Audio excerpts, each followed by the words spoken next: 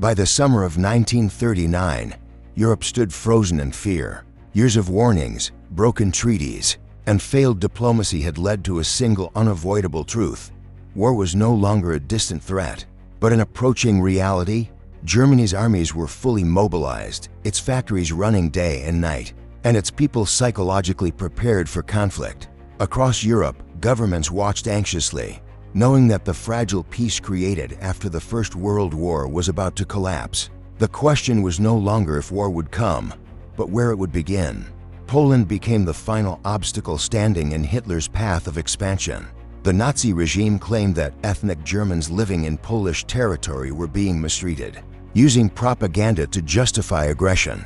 In reality, Poland represented strategic depth, resources, and the next step toward Hitler's vision of Lebensraum. Secret plans were finalized, military units moved into position, and commanders received sealed orders. The invasion of Poland was no longer a possibility, it was scheduled. Hitler believed that Britain and France would once again hesitate, just as they had before. In a shocking move that stunned the world, Nazi Germany and the Soviet Union signed a non-aggression pact in August 1939. Publicly, the agreement promised peace between two ideological enemies. Privately, it included secret clauses dividing Eastern Europe into spheres of influence. Poland was to be carved apart between Germany and the Soviet Union. This pact removed Hitler's greatest fear, a two-front war, and cleared the final obstacle to invasion. With the East temporarily secured, Germany was free to strike. At dawn on September 1, 1939, German forces crossed the Polish border. Tanks surged forward, aircraft roared overhead, and artillery thundered across the countryside. The Blitzkrieg strategy was unleashed in its full and terrifying form. The Luftwaffe bombed airfields, railways, and cities, paralyzing Polish defenses before they could react. Fast-moving panzer divisions punched through weak points, encircling entire armies. Poland fought bravely, but its forces were overwhelmed by speed, coordination, and sheer shock. German aircraft played a decisive role in the invasion.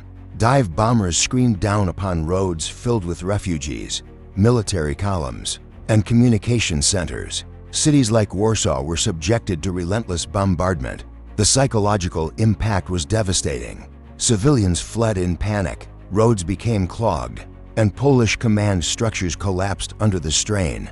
The Luftwaffe was not just destroying targets, it was breaking morale. This was modern warfare brought to civilian populations with brutal efficiency. Despite overwhelming odds, Polish forces resisted fiercely.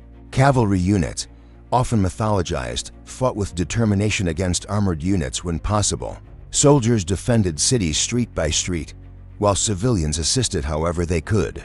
But Poland lacked modern equipment, effective air defense, and coordinated command. Within weeks, German forces had captured key cities, severed supply lines, and surrounded Polish armies. The outcome was no longer in doubt.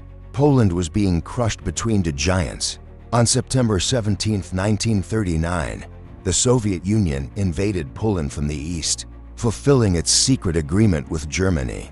Already battered by German attacks, Polish defenses collapsed entirely. Caught between two invading armies, the Polish state ceased to exist as an independent nation. The country was divided, occupied, and subjected to brutal repression. For Poland, the war did not bring liberation, it brought destruction and suffering on an unimaginable scale. On September 3, 1939, Britain and France finally acted. Diplomatic warnings expired, and both nations declared war on Germany. World War II had officially begun. Church bells rang across Britain, and citizens gathered around radios to hear grim announcements. Yet despite their declarations, little immediate action followed. Germany continued its campaign in Poland largely unchallenged in the West. The war had begun, but not in the way many had expected. Following Poland's defeat, a strange and tense period settled over Western Europe. Known as the Phony War, it was marked by mobilization without major fighting. British and French forces remained behind defensive lines, particularly the massive Maginot Line. German troops waited across the border. Soldiers on both sides prepared, trained, and waited. The silence was deceptive. Beneath the surface, Germany was planning its next devastating move. With Poland defeated, Hitler shifted his focus to Western Europe. France and Britain remained powerful enemies, and Germany could not afford a prolonged stalemate. German generals developed a bold plan to bypass France's strongest defenses by attacking through the Ardennes Forestan area considered impassable by large armored forces. The success of this gamble would determine the fate of Europe. Once again, speed and surprise would be the key. Before striking west, Germany moved north. In April 1940, German forces invaded Denmark and Norway. Denmark fell within hours. Norway resisted longer, but German paratroopers, naval forces, and air power secured key ports and cities.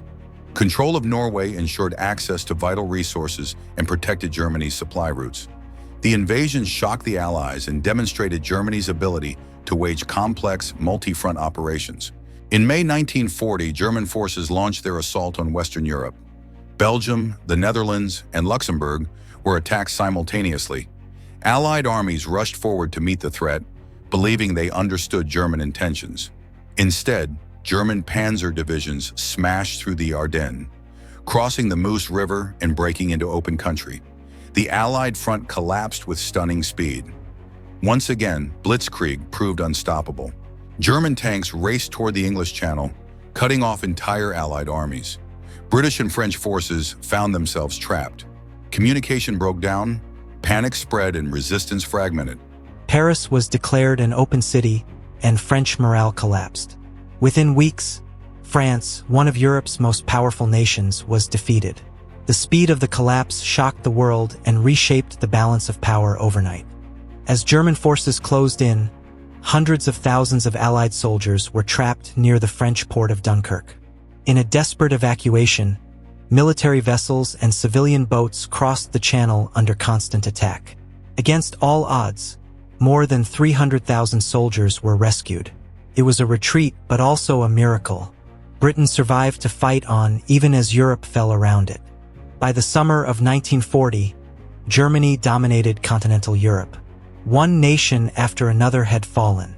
Nazi banners flew over capitals, and occupation regimes imposed brutal control. Hitler stood at the height of his power. His gamble had succeeded beyond expectation. Yet one enemy remained unconquered: Britain.